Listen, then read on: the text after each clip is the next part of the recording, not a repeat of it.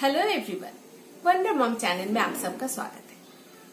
हम सभी पेरेंट्स की एक बहुत बड़ी समस्या ये है कि हम हमारे बच्चों की मन की बात जान नहीं पाते, या फिर बोल सकते हैं कि बच्चे के मन में क्या चल रहा है, चाहे वो छोटे बच्चे हो चाहे वो बड़े बच्चे हो, क्योंकि बच्चे तो आखिर बच्चे ही हैं। हम पेरेंट्स के पास हमारे बच्चे भले ही बहुत बड़े हो जाए, कॉलेज चले जाए या फिर उनकी शादी हो जाए, नौकरी लग जाए, लेकिन वो तो हमारे बच्चे हैं। लेकिन सबसे बड़ी प्रॉब्लम यह है कि जब वो छोटे भी रहते हैं या बड़े भी होते हैं, वो हमसे उनके मन की बात को शेयर नहीं करते। तो इस वजह से क्या होता है, हमारे साथ उनका जितना भी अच्छा बॉन्डिंग हो, एक बीच में एक बहुत बड़ी दीवार आ जाती है। तो ऐसा कौन सा रास्ता हम अपना सकते हैं ताकि बच्चे और हमारे बीच जो दीवार है वो न रहे, या फिर बोल सकते हैं कि कोशिश तो हम कर सकते हैं कि ताकि वो दीवार जितना ज्यादा हो सके घटता जाए, यानी कम होता जाए। तो फिर देखिएगा एक दिन ना एक दिन तो वो दीवार पूरी ही चली जाएगी। तो आज हम शेयर करेंगे कि किस तरह से हम छोटे छोटे कदम को आगे बढ़ा के बच्चों की दिल की बात तक पहुंच सकते हैं और उनके प्रॉब्लम्स को सॉल्व करने में उनके साथ हम खड़े रह सकते हैं। और बच्चे अपने शेड्यूल की वजह से वो भी बहुत ज्यादा अपने काम काज में, पढ़ाई में बिजी हो गए। तो इस वजह से क्या होता है, हम एक दूसरे के साथ कनेक्ट नहीं कर पाते कि कब ऐसा समय हो कि हम एक दूसरे के साथ बात करें और एक दूसरे का प्रॉब्लम समझे या फिर उसका सॉल्यूशन निकालें। फ्रेंड्स, आज की बातें शुरू करने से पहले अगर अभी तक आप लोगों ने मेरे चैनल को सब्सक्राइब नहीं किया है तो प्लीज मेरे चैनल को सब्सक्राइब करें और बेल को दबा दें ताकि मेरे जब भी नई वीडियो आए आपके घर तक इसकी नोटिफिकेशन पहुंच जाए। तो फ्रेंड्स, बच्चों के मन की बात समझने के लिए और उनके दिल तक पहुंचने के लिए, उनकी सारी प्रॉब्लम्स को दूर करने के लिए हमें 10 रास्ते अपनाने होंगे। ये मुझे लगता है कि अगर हम ये 10 रास्ते अपना लें तो हो सकता है कि हम उनके प्रॉब्लम्स को भी कम कर सकते हैं और उनके दिल की बात को भी जान सकते हैं। तो इसके लिए पहला रास्ता यह है कि हमें उनके साथ दोस्ती बनानी होगी, क्योंकि हम सब अपने काम काज और शेड्यूल की वजह से बच्चे और पेरेंट्स दोनों ही बहुत ज्यादा बिजी हो गए हैं। तो हम एक दूसरे के साथ समय नहीं बिता पाते, यानी दोस्ती करने का समय नहीं होता है। तो इसलिए हमें बहुत ज्यादा उनके साथ दोस्ती का रिश्ता अपनाना होगा, उनसे दोस्ती करनी होगी ताकि वो हमसे बैठ के अपने सारे प्रॉब्लम, सारे मन की बात बोल सके। जैसा कि वो अक्सर अपने स्कूल में, अपने कॉलेज में, अपने ऑफिस में दोस्तों के साथ शेयर करते हैं, तो उनके साथ साथ वो हमारे घर पे हमारे साथ भी बैठे और अपनी प्रॉब्लम्स या फिर अपनी मन की बात को शेयर करें। नंबर 2 पे आता है कि हमें ऐसा कौन सा समय चुनना चाहिए कि जब हम बैठ के कम से कम 2 बातें कर सके। ऐसा होता नहीं है कि सब अपने काम में बिजी होते हो, तो सबका शेड्यूल अलग अलग है, तो सब दौड़ते रहते हैं, लेकिन पर्टिकुलर 1 या 2 टाइम तो हमें निकालनी चाहिए, चाहे वो खाने की टेबल पे हो या फिर अगर हम सप्ताह में 2 दिन भी अगर आउटिंग करने जाते हैं या मौका मिले घर के अगल बगल टहलते हुए, बातें करते हुए, टीवी देखते हुए, जब भी हो उनके साथ बैठ के उनके साथ बातें भी करें और हो सकता है उसी से उनका प्रॉब्लम्स या मन की बात भी निकल आएगी, तो उनको शॉर्ट आउट करने की कोशिश करें। नंबर 3 पे आता है कि उनके साथ हमें बहुत ज्यादा से ज्यादा समय खेल खेल में बिताना चाहिए।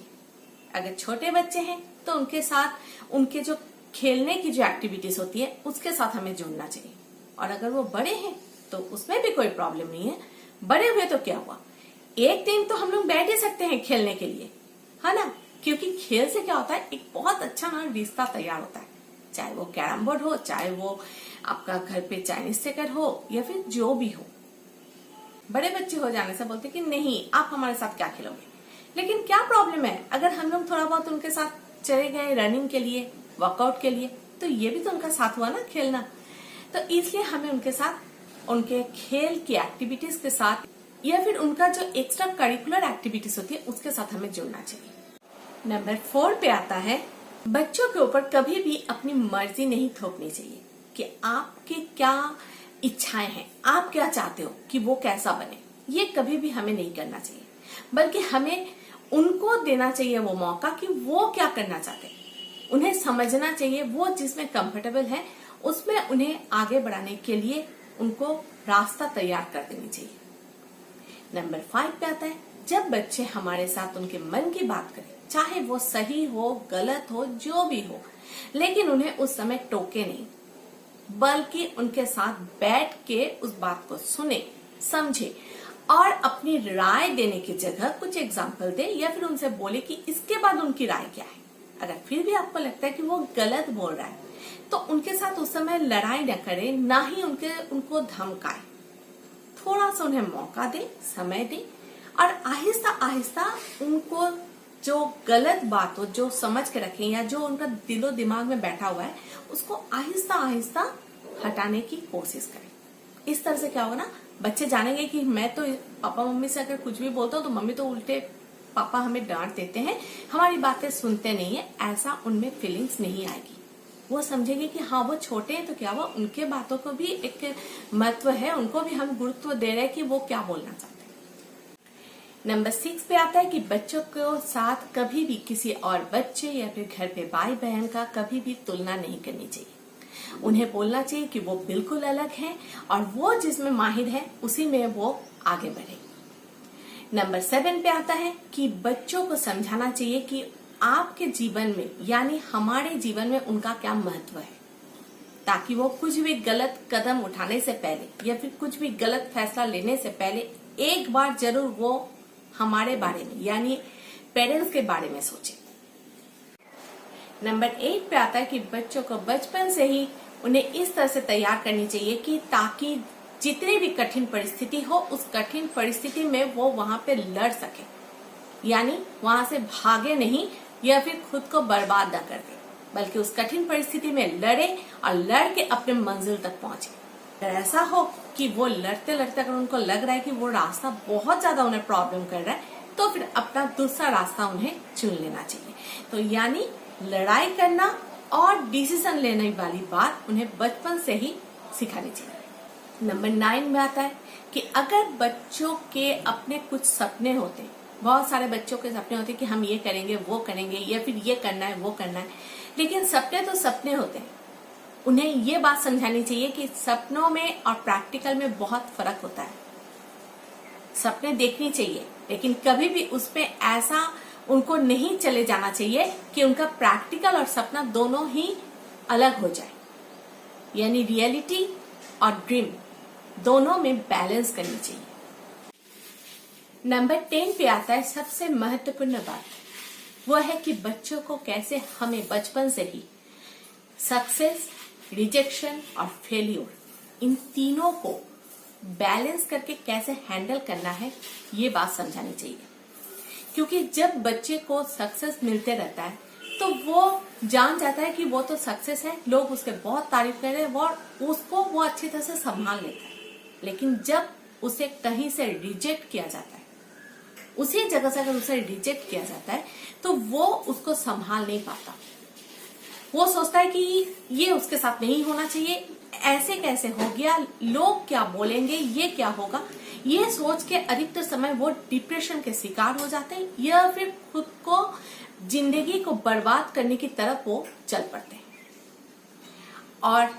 अगर वो फेल्योर होते हैं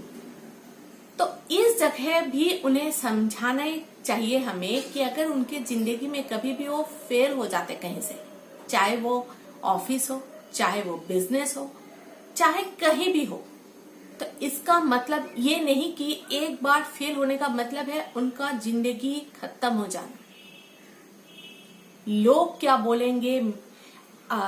दोस्त क्या बोलेंगे, इसको सोचने की जगह उन्हें इस बात के लिए खुद को तैयार करनी चाहिए कि अगर वो एक बार फेल हुए हैं या फिर एक बार रिजेक्ट हुए तो कोई बात नहीं, अभी तो जिंदगी पड़ी है, सामने में रास्ते एक नहीं हजारों हैं। अगर कठिन परिस्थिति हो तो उसमें से किस तरह से उनको लड़ के अपने सक्सेस की तरफ जाना है, ये बात हमें उन्हें बचपन से ही बताना, सिखाना और समझाना चाहिए। क्योंकि उनके जिंदगी के साथ हम जुड़े हुए हैं। अगर वो ये तीनों बचपन से समझ जाएंगे तो कभी भी अगर वो कहीं भी इस तरह के फेल होते हैं या फिर रिजेक्ट होते हैं तो खुद को अकेला नहीं महसूस करेंगे। हम सबके साथ, हमारे साथ वो जुड़ेंगे। अपने दोस्त, अपने लोग, अपने अगल बगल के जगह वो अपने प्रॉब्लम्स को हमारे साथ शेयर करेंगे और उनको हम सपोर्ट करेंगे कि जैसे हमने बचपन में उन्हें सिखाया था कि किस तरह से लड़ना है, कैसे लड़ना है, उस परिस्थिति में वो लड़ेंगे और आगे भी निकलेंगे। तो फ्रेंड्स, अगर हम हमारे बच्चों के दिल की बात और मन की बात को जानना चाहते हैं तो इस रास्ते से हम चल सकते हैं और उनके दिल और मन की बात को जान के उनकी सारी समस्याओं का समाधान भी कर सकते हैं, दोनों मिलके, बच्चे और पेरेंट्स मिलके। तो आप लोगों को ये वीडियो कैसा लगा, ये बात आप हमें कमेंट बॉक्स में जरूर बताएं और अपनी भी अगर कोई राय हो तो प्लीज मेरे साथ कमेंट बॉक्स में जरूर शेयर करें।